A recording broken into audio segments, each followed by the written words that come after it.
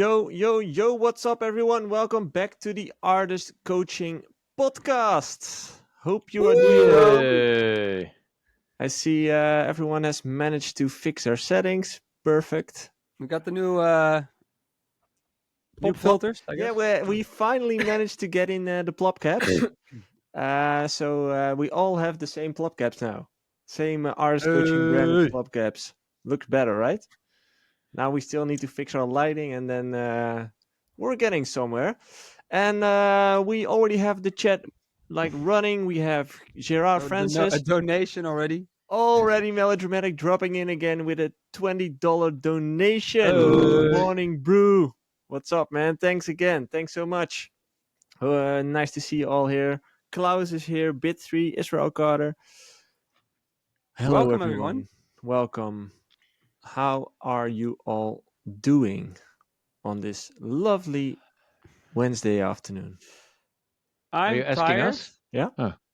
I'm tired. Tired of? Tired, yeah. Just not sleeping. Tired of life. Babies that wake up, then the one goes to sleep finally, and then the other one wakes up. So it's like amazing. Yeah. So if you now look back on touring life, when did you sleep more? I guess back then, because then I would come home on Monday and I could sleep all day and be fresh. And now there's never a chance where you can just sleep forever. And if you can, you're going to wake up at 5 a.m. and wonder why you can't sleep. Yeah, but that ends. So whenever you now see touring DJs post team no sleep, you're like, dude. You have no clue. You know nothing, Jon Snow.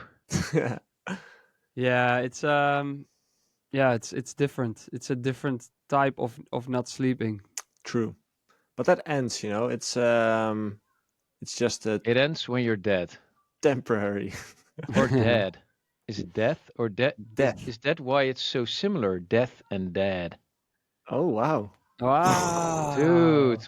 Ralph. Knowledge drop. Wow. It's so early in the episode. Insane. Please let this go viral so everybody knows. Everybody, yeah. Let's just cut this and make it go viral.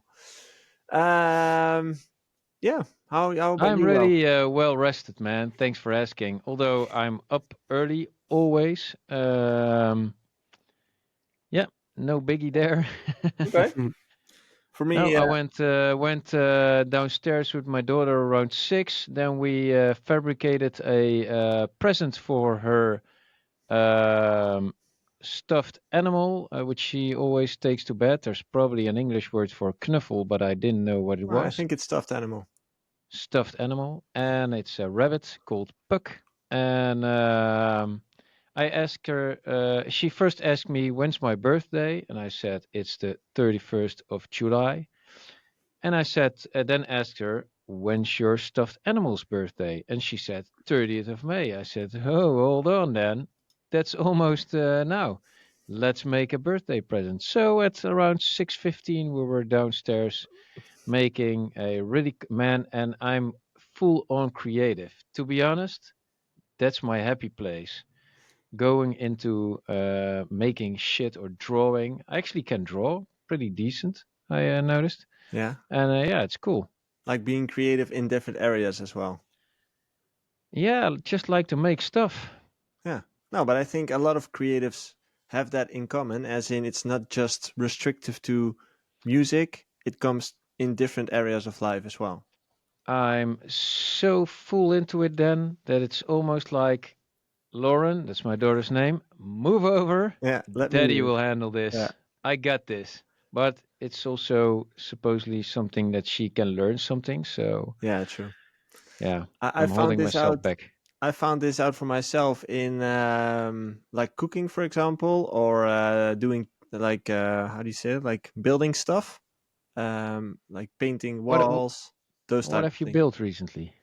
Not a lot, to be honest, but I had a few years ago. Ralph just knows. It's so funny. No, Ralph, but like, a few years knows ago, exactly how to. when we were moving, and I had a few things to build, like the studio, for example, and our new place. Like that was the time where I really noticed, like, I actually like doing all these things. But to be honest, like I don't I wouldn't like to do them every day, but just every now and then, it's just nice to create something, to create a living room, or to redecorate it. I also like to redecorate the house every now and then. It's just to think creatively in a different area. Same with cooking. That's what I like about cooking as well, like creating something from nothing, like just a few Oh ingredients. man, I can say something to get cancelled like right away, but although it's not, but yeah, Yeah, you here we sound go. like my wife. Yeah, I know. Cooking, redecorating. I know. I have a big feminine side, but I'm Well, okay with it. it's not per se. I think we actually just had a discussion here in the studio. It wasn't a discussion, but about stay at home dads. Mm-hmm. Like, okay, there's something. Also, I'm not a hypocrite. It wouldn't be me. It but logically, there's nothing wrong with it. But still, how would it make you feel? You know that was Mm-hmm. asked to everybody. Well, But hey, there's nothing wrong with a stay-at-home dad. To be honest, it's working way harder than I'm doing right now. This is the easy way. Yep. yeah, Stay-at-home Yep. Yep. dads, Yep. that's the hard way. yeah. Yep. So, Jay, man, dude, Hey. you No, have the true. name I already. I agree. I have this with my brother-in-law. This. Well, it's not a discussion. We then both agree. It's like it doesn't matter how early you have to get up to do a work or travel or whatever. It's always easier than if you have to spend a day at home. And I don't mean this like it's bad to spend time at home with your kids, but it is kind of Dude. hard work. And your stress level. I have this ring that like I don't have wear it now, but like it's a sleep ring and it tracks your stress. It's just my body is just like experiencing stress. When you're at Like home. Mm. well, a lot more than I realized, but it's not that it's per se like oh you have stress. It's more like your body kind of the symptoms that average are stress. So if you drink too much coffee, it will say you're stressed. But it's like you're kind of thinking ahead, like what shall we eat? What shall we do? Hope they don't throw tantrums. And it's like reactive, so you don't have any control over it. And I think that's the maybe the hard part, Yeah. where in the studio you kind of have control of what you can do. There's no one to distract you. It's yeah, it's very easy Yeah. compared to True. that. Yeah. I think it's a very relative discussion at the moment. Societal in the society in general, as in the role of men have shifted over the past few years, decades, whatever you want to call it. Hey, Um, also, let's make a hop onto the dance scene. yep. There's a lot of women on the lineups. Yeah, exactly. Yeah, I noticed as well. More and more, especially in the hard dance scene, More right? and more, dude. And all the only place where women aren't well represented is the headliners. But for the rest, Yeah. it's really, really equal right By the now, way, which is a cool thing to see. I just saw on Instagram that Mero, we had her in the podcast a few episodes ago. Yeah. She Yeah, just announced that she's playing Tomorrowland main stage this year. Main stage. Yeah. that's Huge. really cool. That's Insane. Huge. awesome. Yeah, Yeah, that's a big achievement. So it you is. see those things happening more and often, more and more, and that's a great thing, I would say. Yeah. Yeah, it's Hey, and I'm happy for her that she gets the chance because it also has to be given to you. yeah, And but it's a really diverse world, the dance scene, and great time to be alive. Only for the headliners, that's where the male reps are really big. I mean, which is a female headliner. Have you guys watched any of the EDC sets already? Yeah, I Nope. liked it. I liked Can you EDC give quite a a lot. brief description? I haven't watched anything. Yeah, just one few clips of Alesso set. I just skipped through it. But Okay, what's the okay. what's the To be honest, I thought music style in general was pretty hard.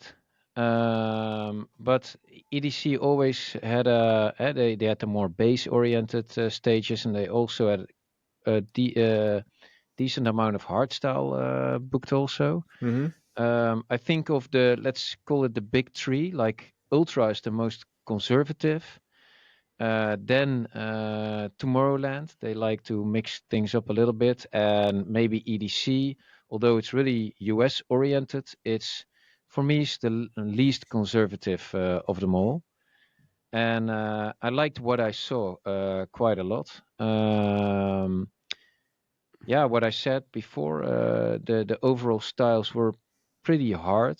It was high paced. Yeah, almost everything. Although there's a lot of house there as well, tech house mainly because that's really big in the US. But still, yeah. What do you want to know, actually? No, like if there was any trend you spotted, or as you just said, it was mainly hard. No, I did like that Marlon Hofstad got a great slot in between Armin and Tiesto. I think he's also a contender of getting main stage slots Hmm. more often instead of the usual suspects. I liked Dom Dolla and Jason Status back to back. That was Oh, quite nice. cool. I saw a lot of cool stages that were really well programmed, as in they started out with like let's call it normal techno and then went on to hard techno. So it wasn't like per se one hard techno stage, but it had some a good story in there. Mhm. Was well built. Yeah, I liked it quite a lot, and I heard some cool sets. New music. No new real trends that I wasn't aware of. Yeah. And in regards to that lineups, right? Like you mentioned, some of the stages were well produced, as in regards to the lineup. What is important to you these days when like what is needed in order to have a good lineup? Is that still the journey, as in start slow and high, or No, not per se, not per se, but it has to make sense, you know. It's real simple. In people drink or do the drugs, but our energy level goes mainly like this, and then really quickly is gone, you know. And um, yeah, it would be weird to start out with the most hard, fast-paced act, you know. You just build it up a little. But you cannot see that always everywhere.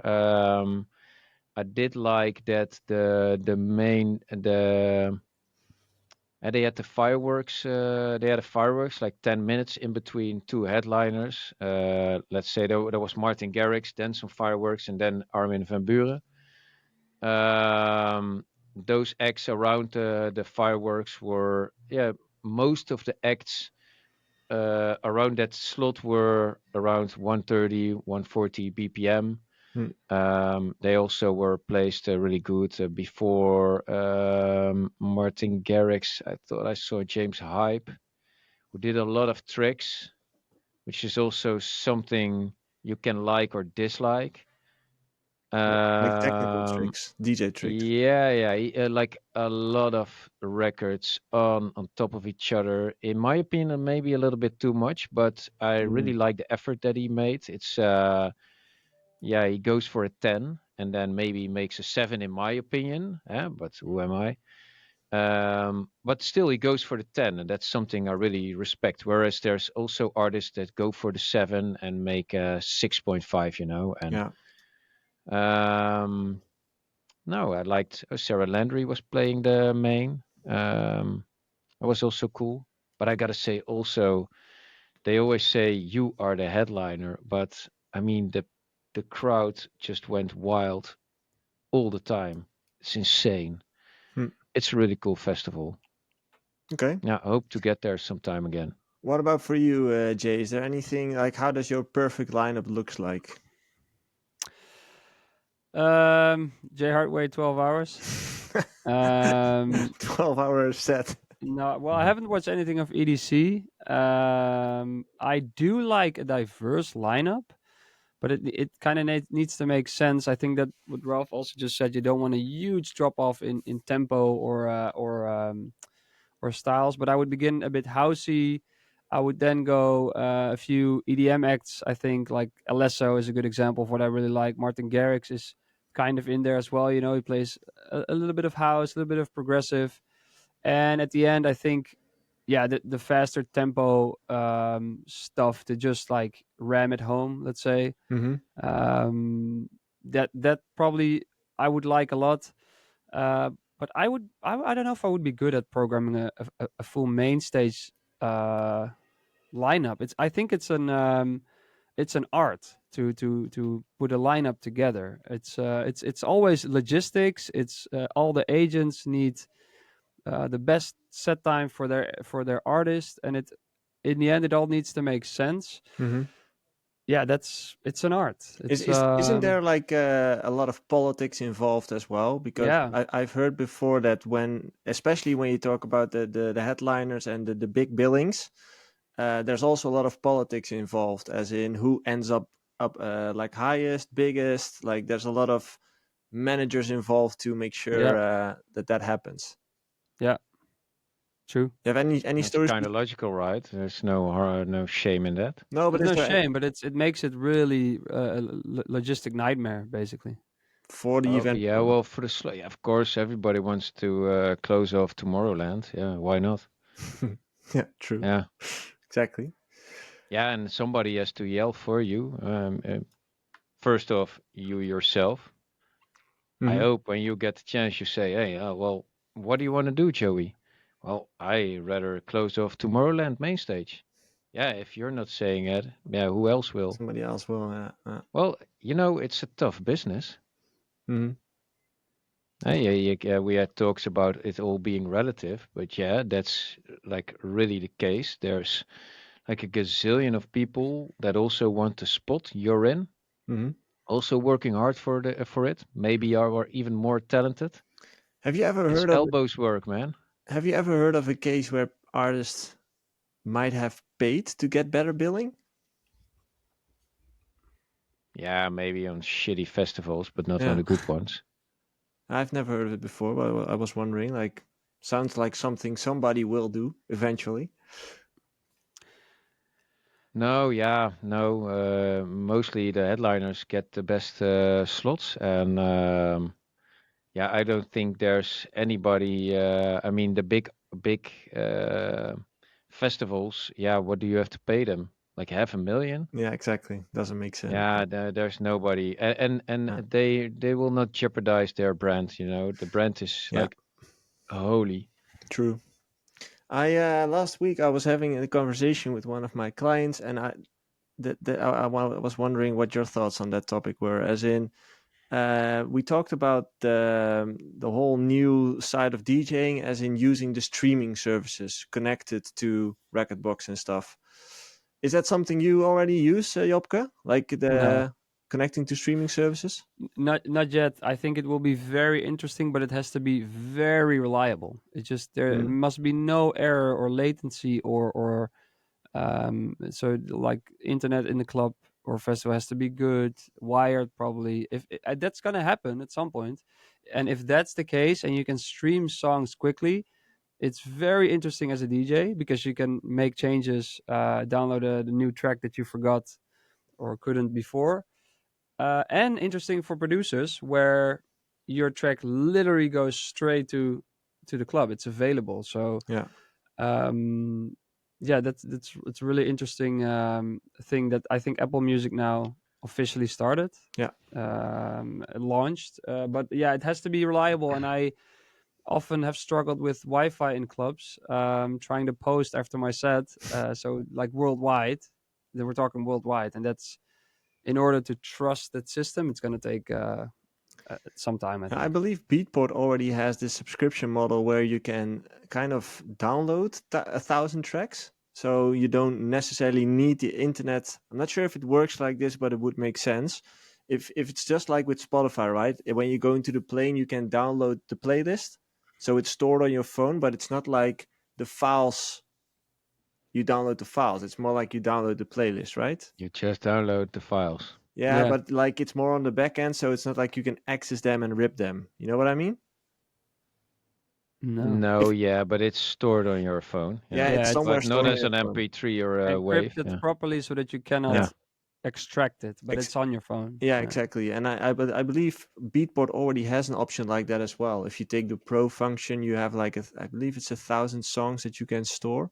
So that would make sense because then you kind of can skip on the whole internet thing. You just have a subscription on Beatport then. I do feel bad for like wedding DJs, because the golden trick was, if someone requests a song you hate, Yep. you say, well, Sorry. sorry, I don't have it. That's not gonna fly anymore. Yeah. Oh man, that's gonna create a Aren't the shift. wedding DJs at risk already, man? That's the thing. Why? Why? I think that's a real niche where a lot of gains can be made these days. Explain. I A I good truly wedding DJ can ask a lot of money. I Like, truly think, and I've heard about like a couple of local guys here as well.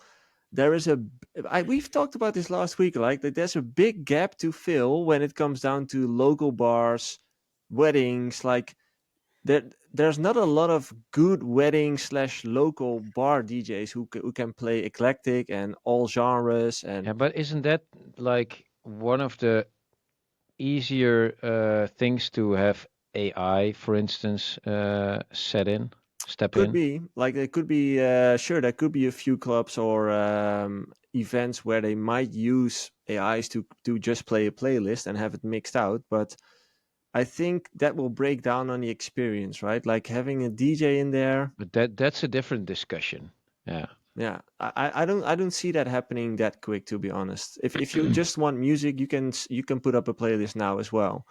But the Hmm. reason you book a DJ is because you want the experience. You want, yeah, the interaction with the yeah. I don't crowd. know. It Yeah. just brings something else to the table, which a playlist doesn't.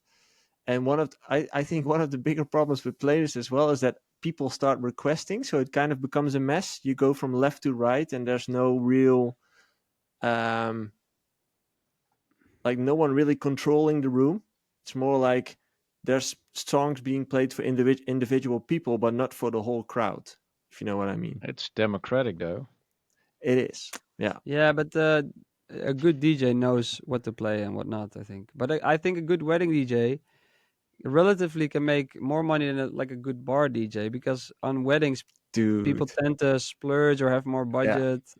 Okay, So, but okay, and not advocating for any side, but you can but you're teach wrong. you can teach AI preferences. Sure. I mean, if a DJ does merely only pick records and can recognize what crowds usually tend to like, because it's that's actually something you can learn an AI pretty easily. Yeah, but Oh, relatively easy. yeah, And I and for the rest, if you're a DJ and actually a creative DJ, DJing, making loops, making your own builds, making your own drops on the spot, it's a little bit harder to teach an AI. I think I'm not a mm. programmer of some sort, but yeah, I think programming preferences is one of the main things of an AI. I think a lot I of think it's I think a lot of those things can be programmed, but what kind of brings what a DJ brings to the table in case of the experience is kind of the small little things on an evening. So let's say a wedding, and the song of the couple needs to be played because they want to get together and dance, and then the DJ pull up the mic and say something, and then the song start to play and he transitions it into something else. And Okay, but the DJ is an MC now too. Okay, yeah, they a are these small days, right? addition. Yeah. yeah, Especially if you go to those wedding events, like it's like Is a good entertainment. DJ then a DJ that needs to pick up the mic? Not necessarily, no, but in a wedding case, you're more like an entertainer. So it's I'd like to hear Jopke's opinion on this. a DJ that doesn't pick up the mic is a bit, especially on a wedding. You every once in a while you need to like let people know what they need Where to they do are. or something. I People think You're like at a to know. wedding. People A like to wedding. hear like, "Hey, get on the dance floor!" All the grandmas in the back get on the dance yeah, I floor. This think is the your role as a DJ there is different than your role on a main stage, right? It's the discussion that David Guetta talked about a couple of months ago. Like Is the discussion not here? What's a DJ? you have different Is that types of DJs. somebody who recognizes what to play and picks up the mic sometimes to get everybody involved? Because to be honest, for Yeah. me, that's not the profession we're in. Not in the slightest. How But would you describe it? a real DJ, Yeah, for you. James hype. James Hype. There you have it, man. No. Yeah, Oh man, but no, but he's in there. Yeah, he makes an effort. I think it's not only about playing tracks or recognizing what the people want. It's about standing for something and giving them something they might not ever have heard of. And that's for me.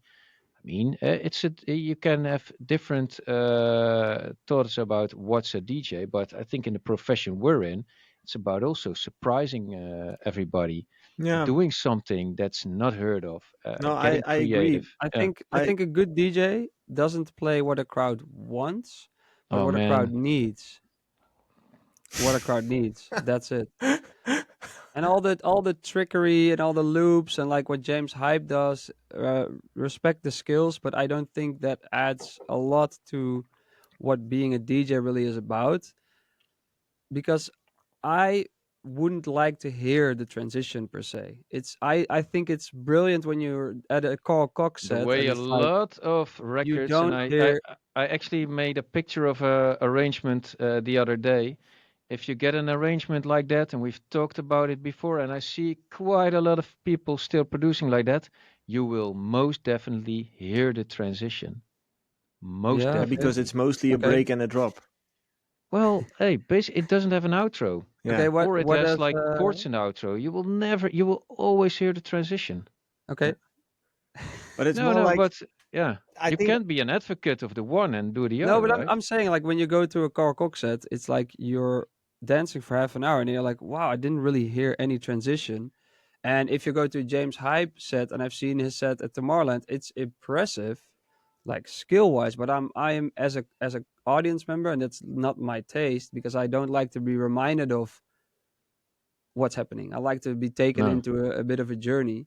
And sometimes it's like the DJ plays what you don't expect, a song that you don't expect, a song that you're like not sure if you like, but it is what the crowd needs. I think that's what makes a DJ a DJ. I How think close do you Yeah. come to Carl Cox as being a DJ? On a scale Scale of 1 to J 10. to Carl Cox, yeah, but what's that kind? I don't understand how to answer that question. I No, don't. because also sometimes I gave feedback on your tracks, and sometimes also I miss an outro. With those tracks, you can never mix like Carl Cox. No, but I don't play. Never. I don't play a track. Carl Cox doesn't play only Carl Cox. No, but he plays certain tracks that he needs an outro. Simply, he needs an outro. I J Hardway doesn't only play J Hardway. No, but So Jay in that Hardway sense, I'm tracks, exactly the like Carl one Cox. I reviewed didn't have an outro. Okay. no, but I think what So Ralph your track doesn't allow somebody to mix like Carl Oh Cox. yeah, What I'm but saying is, that it's track, yeah, okay. but I play why? other That's tracks as yeah, well. huh? no, but I what play other Ralph tracks, means, but what No, like but Ralph I'm somebody means, who plays like Carl Cox will then most. he won't Uh, play that track. No, I know that's but why fine. would you do that? Why would you advocate for the one and don't allow it for yourself? Because I'm a big A advocate. I No, totally because agree I what you're think saying. Yeah, and that's I'm like something I take with me in the studio. I think for me I don't like as a DJ um I don't take it's entertainment and it can be light. It can be fun. There can be a fun mashup in there. There can be just a jump to a next track. It doesn't need to be like a whole proper DJ set. What Carl Cox does and what I do are two different things. I like to incorporate some of that in there. So I play a bit more housey tracks.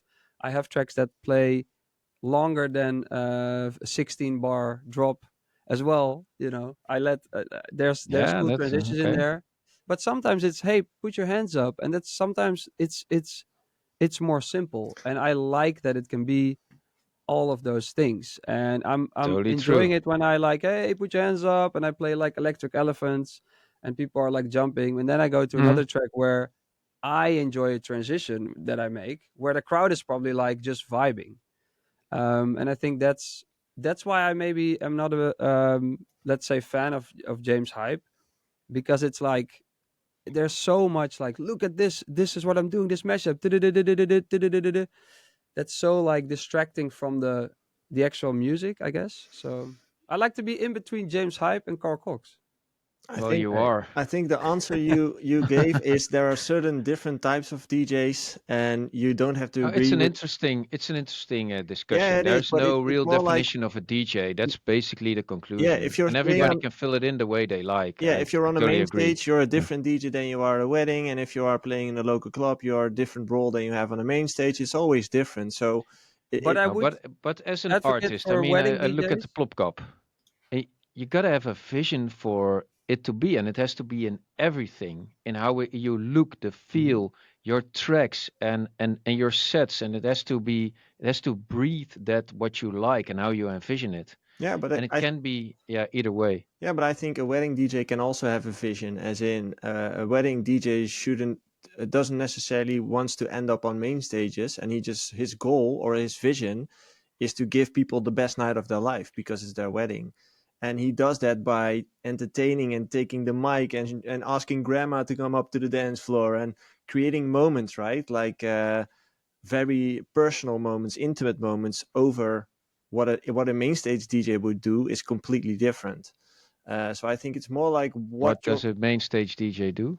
well, he's not asking grandma to come up to the dance floor, right? He does take the mic. I've seen movies, yeah, clips on Yeah, YouTube. he Yeah. does Yeah, take yeah, the yeah. mic in general, not all of them, I guess, but It, most of them do nowadays, and hype up the crowd. But it's but less that's also personal. that's also a thing as a DJ. You have to really look at where your gig's gonna be. Where's your gig? What time? What other artists are playing? That's all matters for how your set's gonna look. I actually If I saw it. played at Tomorrowland main stage, or if I play at Tomorrowland small stage, it's gonna be different sets. Yeah, So it's like you always have to prepare differently and have like kind of a backup plan maybe if you're really gonna wing it. But I don't think if I played the Tomorrowland main stage, I What would would be wing it. different from your small stage set or the main stage set?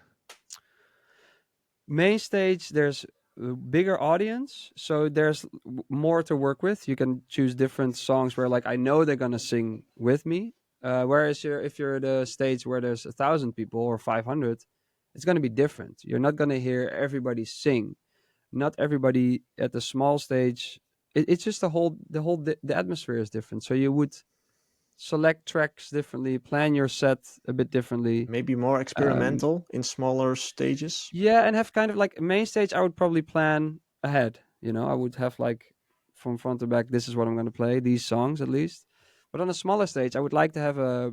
Actually, in fact, I did last year. I had a some schedule. Like the first half of the set was like kind of planned, and I realized after three tracks, like, okay, this is not the direction I want to go in here. So I changed it up, and I think I would do that differently on the main stage. But there's also the reaction is different. So, but that's what I love about the whole DJing. It's like no two sets are the same, and if they are, I would never. It's fine, and I get it, but I would never be a fan of someone where they do the same trick and the same gimmicky thing in the exact same part of the set. I would be very. I wouldn't like to do that either. Okay, now I think we had this discussion already because I think that can also be something that people pay money to see you for. Yeah, yeah. But that's what I'm saying. Like, I respect it. I would never be that DJ. And for me, as a So I wouldn't know what to expect when I go to a J Hardway show. That well, could also be a reason that's not not to what I go. mean. It's more like, hey, if you have a guitar every set, and at 45 minutes after that song you break it, and that's if you do that every set, it becomes so gimmicky your whole set that I'm not into that Like, kind of thing. No, okay, but it's also somebody like, Yeah, yeah, oh yeah. man, I yeah, can't wait to see the it's guitar like breaking thing. Exactly, throwing the exactly, cake, exactly, like exactly. throwing Yeah, the that's. cake of Steve Aoki. People come to Yeah. But the show because they want to get cake. No, yeah, but yeah. I gotta say, even the only thing, the main difference is, well, let's say you're playing a smaller stage. The only difference from the main stage is you don't know how busy it will be because the main stage is like always busy. It varies from 40,000 people to 80 or 90 at the top. I don't know. Always quite a lot. At small stages, it can be shitty or it rains or whatever. But basically, it would be Bassjackers sound over there. And it will be always like 85%, the same tracks. But yeah, it doesn't when it's raining and nobody's there and it's like 50 people. Yeah, fuck it. Hey, what am I saying? Actually, you can still rage out and go high Yeah, but BPM that's and go crazy. Yeah. I'm not saying that, but there would be the set would be different. I'm not Yeah, saying true. Guys, so. we're In my continuing case, because we're already like 35 minutes in. We're going to. Oh, but it's interesting, man. Hey! It's such an interesting thing. It is, I but think it that's is. what it's all about. And it it, is. But we yeah, also I have think community the community questions. questions came too soon. Ralph and I can both have a slot pleidooi. An ending. no, no, no. What? Let's go to the community Okay, questions. okay. Now we Question. don't know. Now people hear community questions and they don't know what it is. Can you ring the jingle again, please? Community questions. Every Each week. we accept questions from our community in our Discord server. So if you would like to ask questions to us, make sure to join the Discord server and drop your questions there on a weekly basis so we can talk about them in the podcast episode. And this week we have had questions from Israel Carter. Question for Ralph and Jay. Have you ever experienced a situation of copyright infringement with one of your own tracks? Yeah. Yeah. Yeah? Yeah. And what was the follow-up question? Where maybe one of your songs was too similar to another track? If so, what was the outcome? Did you have to give credit to that artist and a percentage of that track removal, No, or we maybe just talk to each other, and I mean, for some reason, I just didn't even notice it, and I came to the conclusion that it was like for 4 bars, exact the same melody, but you copied and somebody else? I copied somebody. Yeah, well, not deliberately, but yeah, I copied somebody else, and it didn't feel the same or whatever. And one of the producers I copied actually know really well, and he heard the track, and he didn't even notice. But somebody else who was on the track came to us and said, "This is my melody," and I listened to it and said, "Damn, it's your melody, man. I'm sorry. Yeah, I didn't know. Yeah."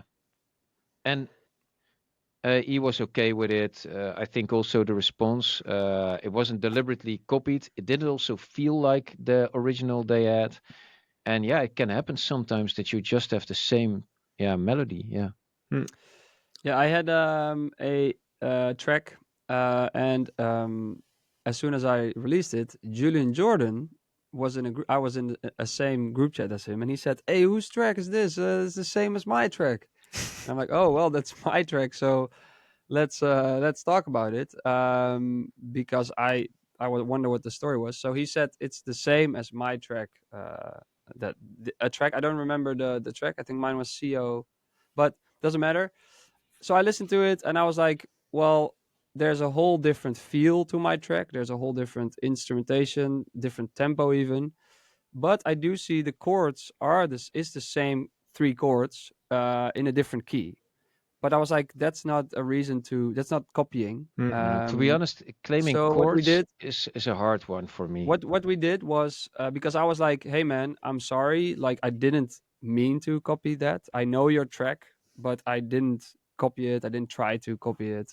And I think the same 3 chords, if they're kind of basic chords, it doesn't really count as copying. So what we did was we asked our publisher, and they have people who actually do this in court as well, like experts on music.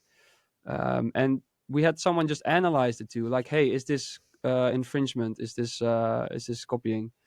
And he explained, like, well, it's the same chord progression, but it's very basic. It's very common, so that it doesn't count as copying. And for the rest, it's a whole different feel track, Hmm. and so that doesn't. This wouldn't count as, if you go to court. He said probably it wouldn't be seen as infringement. And that was also like, then I would back to Julian and his team, like, hey, yeah, I'm sorry, man. I do see the similarities. It was never my intention, and then it was all good. So But to be yeah, honest, like a chord scheme, 3 or 4 chords, if it's not in like Yeah, if it's like every bar one chord and then the same rhythm, that for me that's not a hassle. If you have a weird rhythm, the chords in the same weird rhythm, then it would be like copyright infringement to Yeah. me.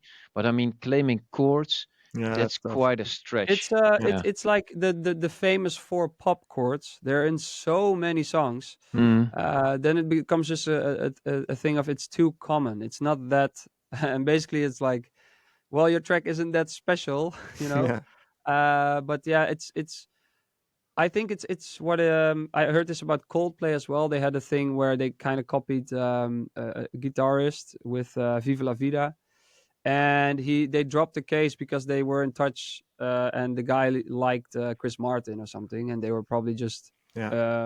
very open to each other. Or he said, "Oh yeah, we accidentally copied it," or um, yeah, I think Is yeah this a that little that bridge can to the happen. Calvin Harris situation? Yes, Yeah, we could do Calvin that. Harris. Yeah, for those, I can actually play. We have a clip of the week. It's a bit long, but Yeah, it's too long. If you can't, Yeah, it's that's too the long. context is yeah, it's very.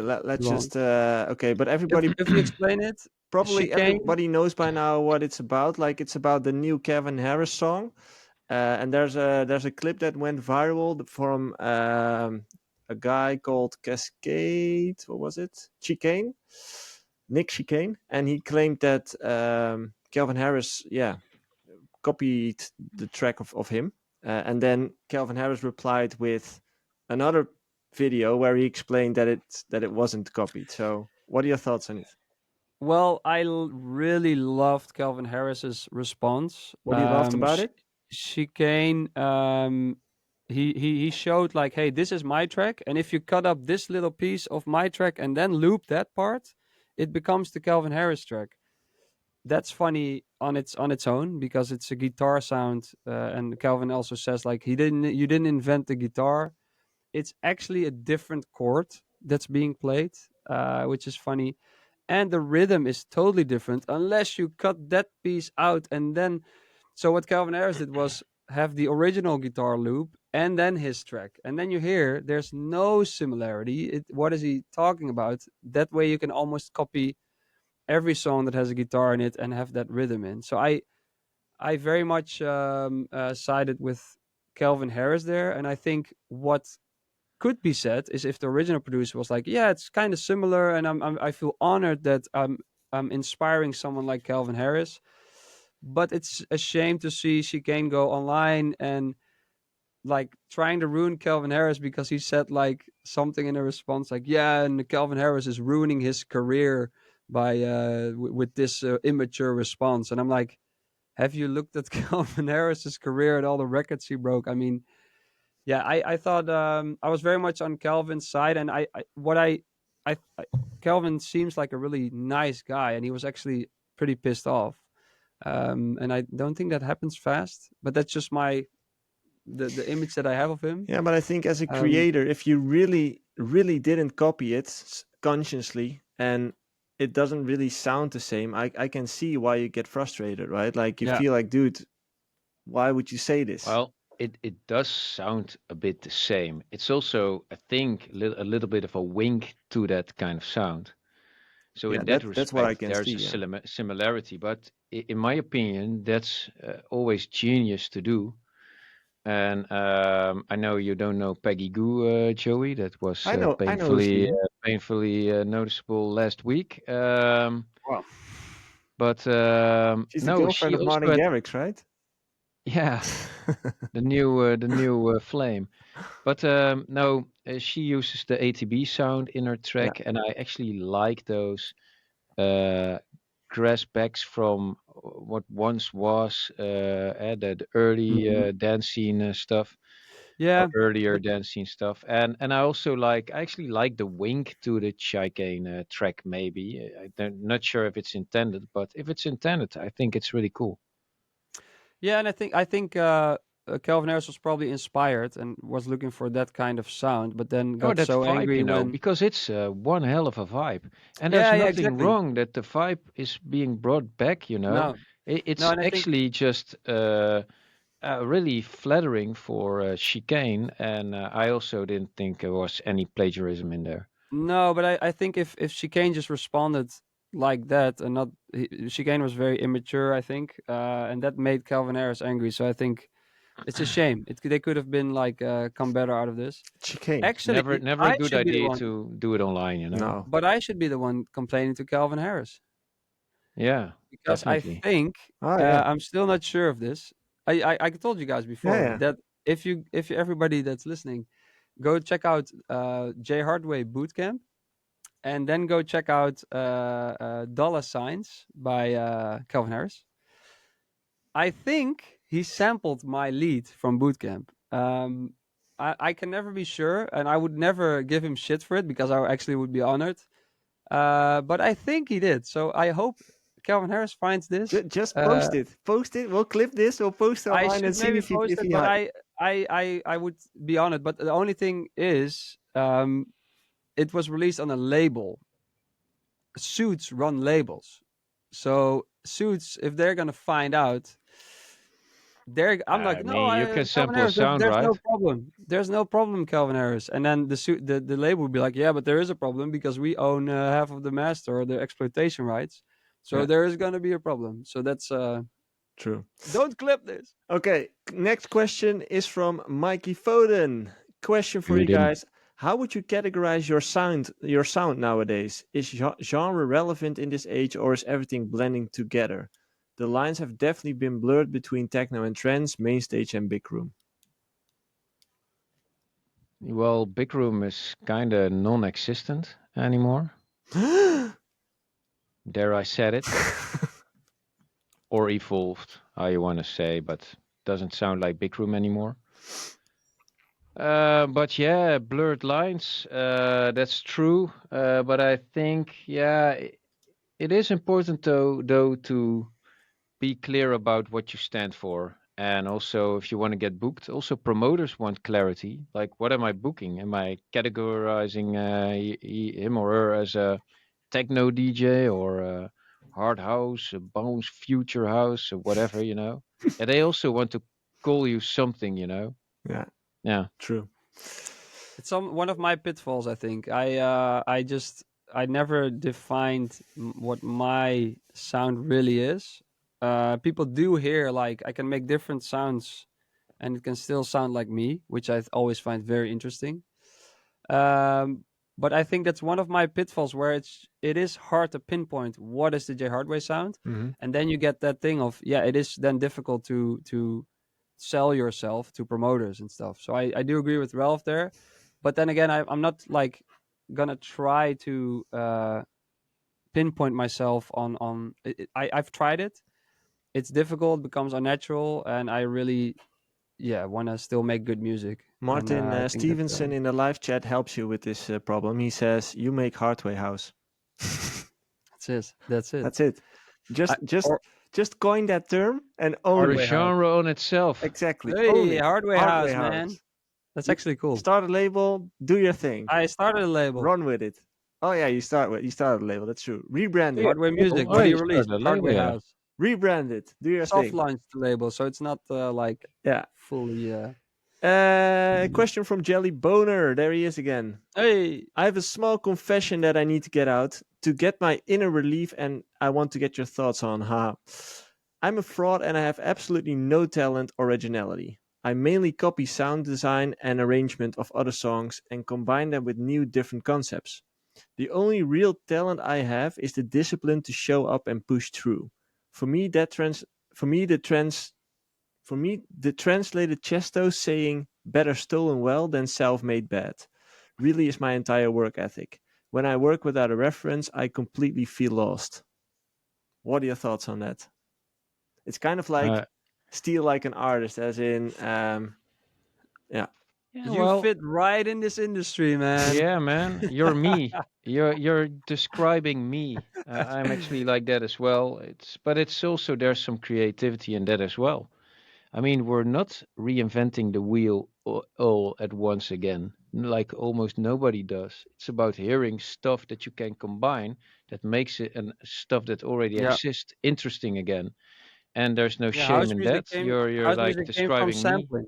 to the House fullest. music came from sampling. mm-hmm. People blending and looping parts and stuff. It's like It's been the almost the cornerstone of our entire about from house, like dance. Yeah, but it's a very thin line. We talked about this I before. just It's a very thin line between inspiring and stealing, right? It's a very thin line there. I mean, don't steal, but if you copy whole melodies, that would be a wrong thing. But if you hear a certain sound and you think of a melody Yeah, somewhere, or you heard somebody and you combine 3 or 4 different melodies and then one bar from each and make something new out yeah. of it, well, where's the harm in that? I did the same thing, like I yeah, I I definitely. would I would just ask you, Jelly Boner, like, why are you doing this? Like, why are you? What are your goals? I think that's maybe what you should think about. What do you That's a want to valid achieve question. with all that?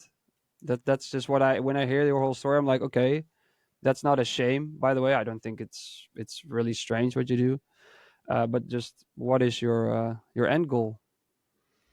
Here's another question Man, from oh, Israel Carter. Community questions. It's podcast host questions. Yeah, another question from Israel Carter. Was there a track you made that you were generally surprised by how good the reaction of the crowd was when you played it out live? No. I think Electric Elephants did that for me Yeah, because I thought it was such a simple track. I was like, this is a fun track, but very simple.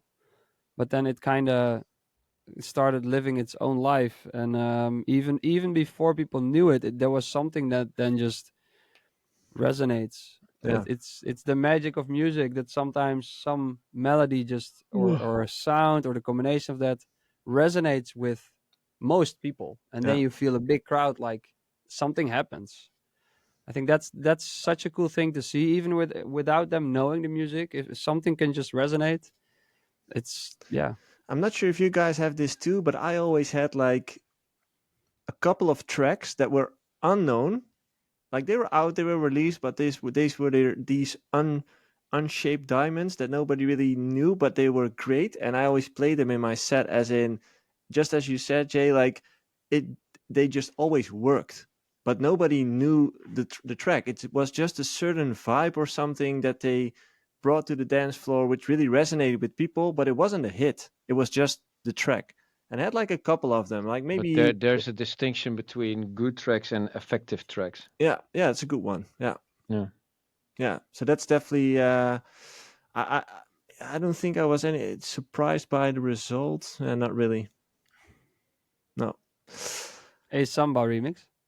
Dun, Well, dun, I dun, was surprised by the dun. longevity of it, as in it still keeps going. I still like a couple of weeks ago, I still received a message from somebody that he was still playing that song. I was like, wow, that's Dude, I played it last year in China. I sent you the video. yeah, dude. Oh, you were that guy. No. Da, da, da, da, da, da, da. Is that the one? Da, da, Yeah, exactly. da. The Boom, Junior ba-da-ba-dum, Jack. boom, ba-da-ba-dum, boom, ba-da-ba-dum, Yeah. boom. There was a follow-up question. Were there tracks you made that were an instant success at clubs and festivals, or some tracks that took a while for crowds to resonate with? Yeah, Last mostly. yeah, exactly. Most of them.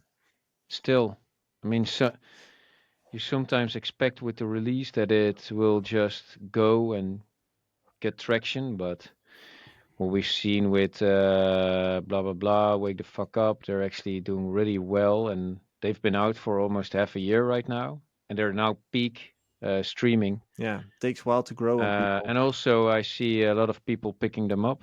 Also, man, from the strangest corners, I saw Alignment, which is like a hard techno DJ playing "Wake the Fuck Up," Oh, which I was definitely surprised by.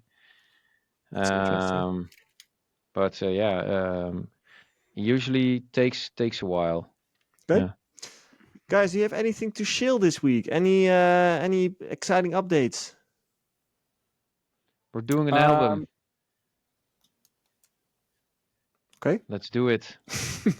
It's on How many? What's the project size going to 10 be? tracks. 10 tracks. Okay, that's doable. And Late September. what's the idea behind it? We have so many tracks, and I also want to give a clear vision what Bassjackers stands for right now. I mean, it's kind of a diffuse thing when you go to our Spotify and see a lot of tracks. And with the album, I just want to show like what can you expect when you come to a Bassjackers show, where we are all about giving clarity, and we have a vision of how it's supposed to be, and uh, how we like where we think we fill in a niche that nobody else does, and not in the same way. And album is a logical step. We make so much music, yeah, that we have the tracks to do so, and then still can have a kill your darlings tactic with it. That we can decide which ones do not go on it and which ones do make the cut. I think that's really good for quality as well. So quantity and quality sometimes do go hand in hand. Hmm. It's always good to have something to choose from. Yeah, and I'm happy Okay. with it. We don't have a title yet, but yeah, ChatGPT will help you with that. definitely. Yeah. What about you, Jobke? Coming Friday, you can pre-save my new track, Body Move, which is a more Mm. clubby track, housey, fun. Ralph helped me improve my kick on it. Is that the one Yeah, you showed last week? yeah. Ah, that's cool. It's a cool track. Yeah, it's a cool track. So that's and the arrangement is different than 16 bars drop and then break. So I think Ralph will Hey, surprise me, prove it. man. I think But nowadays it's weird to see the old arrangements still, and I just cannot comprehend people still doing that. I mean, it's I still make that old arrangement as well. It depends on the energy of the track and the goal of the track. I think. What's the old Like, I think if arrangement? you what you said before is like if you expect support, you shouldn't have that arrangement right now. Like not a lot of DJs are gonna play it. I think that's you can make tracks now that just even that don't stream well, but some of your fans will like. It's like yeah, there's a market for every kind of track, but What's that's Yeah, just the old arrangement for people listening? 30-minute, and 30-second intro, 30-second break, drop, 30 seconds, then a maybe longer 45 break, then second 30 break, second and then drop, and 30 maybe second drop, and eight then bars outro. It's just the worst, man. Nobody dances to that shit. yeah, So but so what's not dances, but there could be it could be on a working out playlist or just in the car, but or there's so much. what's the new way to do it then? If the old way is not the way, Well, it's actually the old way. When we started out in back in It's the hard way. 2007, yeah, no, but we just had it wasn't uncommon to have tracks that went on for were like 5.5 minutes. dude, 8 minutes, And 11 minutes. I made a track last okay, Friday, yeah, 8 minutes long. and it isn't about the time, of course, but it's about yeah, it's dance tracks. People they Yes, can I was just dance gonna to, say and yeah, that it's. just asks for certain different things. It's a I positive. made a housey track last Friday, which is 8 minutes long, and I was here with Thomas. It's actually a really cool track, and we're gonna definitely release it at some point. But only had one. We wanted to finish the arrangement, so it had only one goal. If you're on the dance floor, you're dancing to it. What do we need next in the track? So you listen to your track with that in mind, and then you realize like, no, we need to add 8 bars here. No, it doesn't shouldn't go to the break yet. We need some kind of kick. You still want to be, and that's such a it's a different approach to a lot of Hardway tracks. But that's why it doesn't matter. I think that there's still being tracks released with the old thing, but don't expect people to play it on a stage where people are supposed to dance. Yeah. I guess. Cool. One update from my end. Your favorite part of the episode is The book, nice. exactly the book and the challenge. I'm last week I haven't dropped anything last week, but I'm happy to announce that I've managed to write. I think it's three chapters, so it's almost finished. I would say I'm closing. I'm nearing the end of Hey, closing and it. per usual, what are the titles of the chapters? Let me take the working titles. Oh wait, I have to Mhm. open it. The working titles are. You want all of them because it's 10. No, the 3 new ones. Oh, the 3 new ones.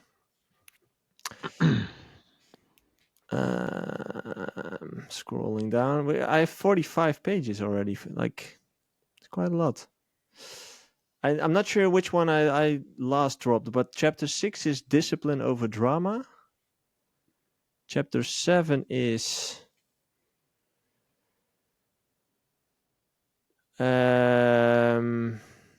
peace over pressure.